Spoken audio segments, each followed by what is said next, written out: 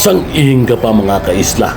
Good news ni para sa tanang bantayanon, santapihanon o glawisanon.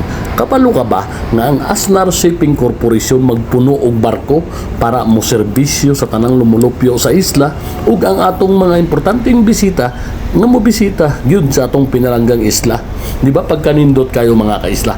Amo nga sa atong naandan nga tulo lang ka biyahe gikan sa Bantayan og tulo lang ka biyahe gikan sa Kawit Fort Midillian, sara mahimo ni na ug matagaan na tagpabor na mahimo na nag-unom-unom gikan sa atong isla. Kay ang Asnar Shipping Corporation mihatag og duha na gyud ka barko, IM1 ug IM2 nga magjagan sa isla sa Bantayan para makahatag og sakdong serbisyo nga barato ang plitihan. So, kung sino ang magtipid-tipid dira or ganahan mapaspas sa inyong biyahe, mas nindot Asnar Shipping Corporation ang atong sakyan.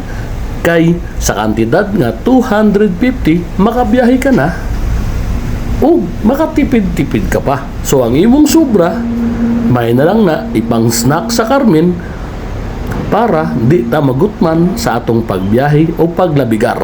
Taon mga